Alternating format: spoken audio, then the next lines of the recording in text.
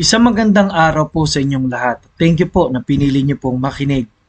Ito pong ating tema at ang ating talata ay sa Romans chapter 5, verse 6 to 11. Ano po ang sabi po sa Roma 5, 6 hanggang 11?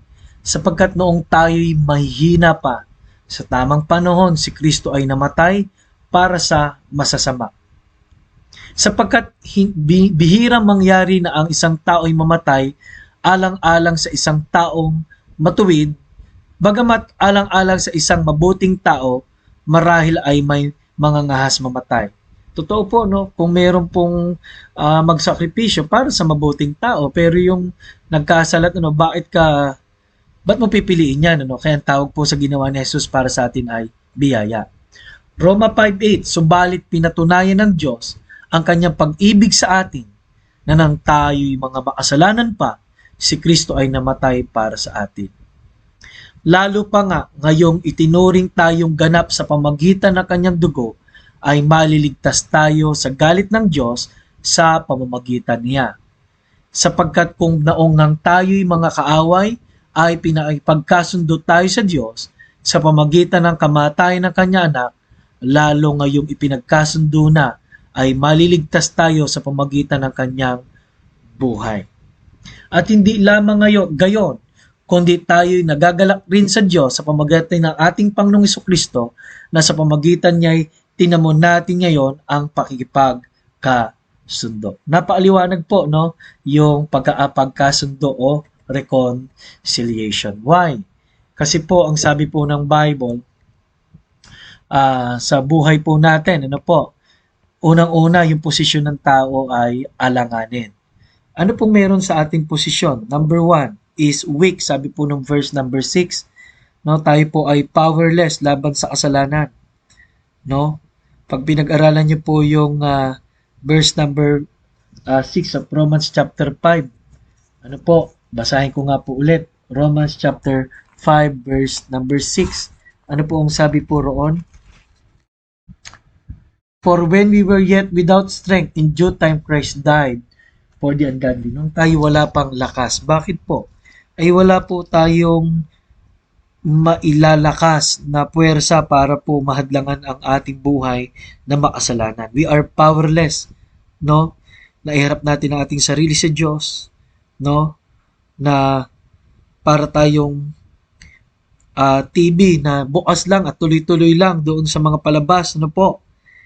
Okay, hanggat hindi mo hinuhugot yung hanggat di mo hinuhugot ay tuloy-tuloy lang siya. Okay naman, parang blender na kung hindi mo isasaksak ay hindi po gagana at hindi mangyayari ang kagustuhan ng Diyos sa atin hanggat walang power. Ano po?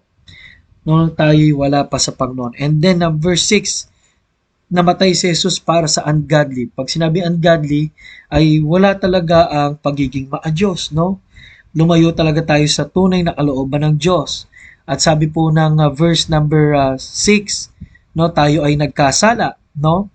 Tayo ay verse 10 ay may pagkakaalit sa Diyos. Tayo po ay enemies with God.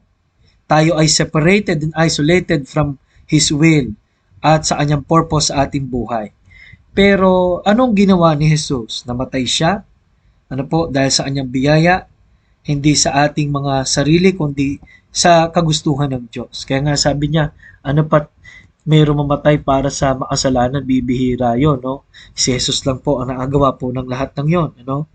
At dahil po doon, John 1:12, tayo ginawang anak, wala na separation sa Diyos. Ni-reconcile po tayo, sabi doon sa talata. At ang seguridad po natin ay hindi lang po ngayon bilang anak ng Diyos, kundi sa pang walang hanggan.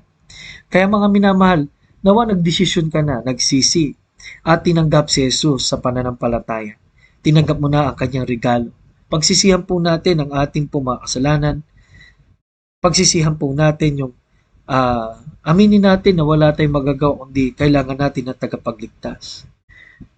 Kaya mga minamahal, napakahalaga po ng pagtanggap kay Jesus.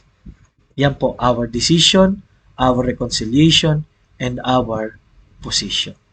Nawa po, sa mga oras na to, isa ka na doon sa inaring ganap at na-reconcile sa Panginoon.